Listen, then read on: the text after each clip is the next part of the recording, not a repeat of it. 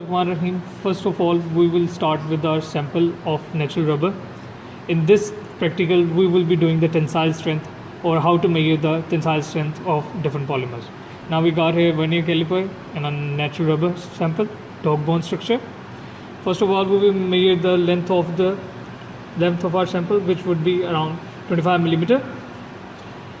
Our thickness would be measured right from the center, and it would be three different points in order to take the average value. First one would be 3.16, second one would be 3.01, and the third point will be 3.02. Now I will measure the width of our sample. 6.13, 5.29, 5.40. All the units are measured in millimeters.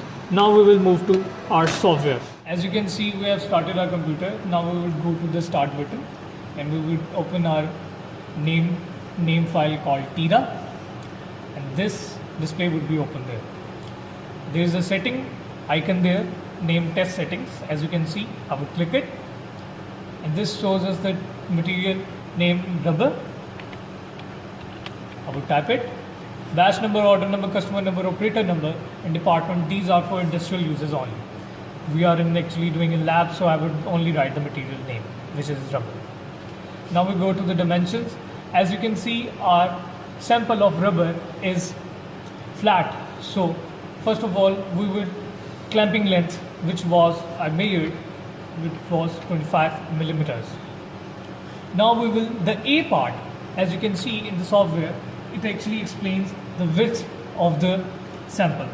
And we have taken the three values, so we would firstly insert the average value of it. Now our B part would contain the thickness of the rubber material, the average thickness, because we got the 3 points ratings, which it would be calculated manually, it would be 3.05. Now we would go to the rates. As you can see, in case of rubber, we would use 500, while in case of HDPE, LDPE, we use 50 millimeter per minute. And first of all, we also uncheck the F0 mark. It would only use the V0 case. Now we would use for the start of the test, end of the test. Now you can see force is 10,000 Newton. You don't have to change it. It's actually already given in the software. Now we will go to the force drop. The force drop actually stops the force up to the 80% of its magnitude. Now we will go to the storage, controller, special, deflection, and operation of the test. These all are settings which have been done by the software itself. This is our Tira Test 2810 testing machine for tensile test. Now this is the movable jaw and the hooked jaw. The hooked jaw is also called the unmovable jaw as it is mounted on the machine. The material is clamped between the two jaws with the use of the spindle in order to tighten the screws. The whole machine is connected to the PC. PC is actually comprising the software. It would stretch the material in order to test its tensile strength. This is the machine which is connected to the PC as it shows. Now I shall press the F3 button. As you can see, the on light is there. Now these are the upward and these are the downward keys in order to adjust the jaw. This is the proper stop, and this is the emergency stop, and this is the throttle through which our jaws can be moved up and down at any rate. Now I will clamp the material with the help of these. I shall press the down button and it would come down at this rate, as you can see.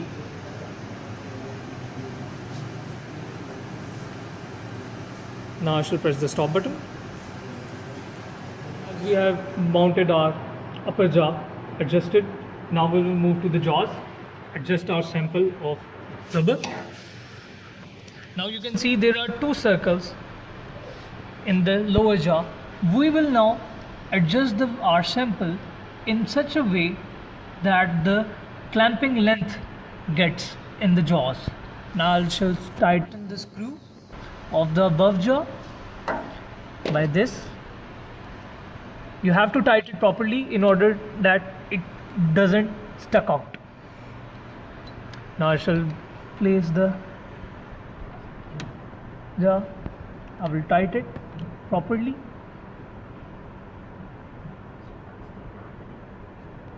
Now as you can see, screws are tight and the middle of there is dip. Now we will start the procedure by stretch the rubber in order to get aligned with the jaws by pressing the upward button.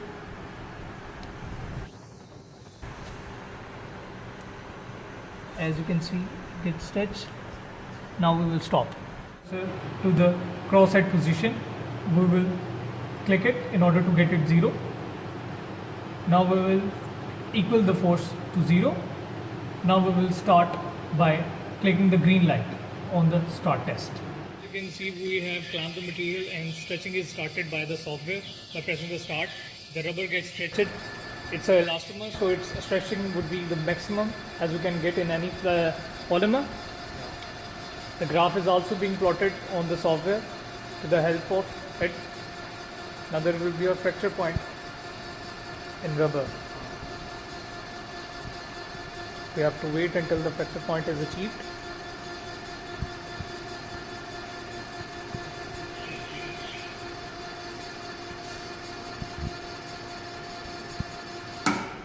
Our rubber has been stretched and fractured. Now I am here to show you the graph, and this is the fracture point of the green dot is showing my fracture point, and this is the point where the actually necking has begun, and this is the curve of my rubber. So this is how you do the tensile strength of rubber in case of tensile testing.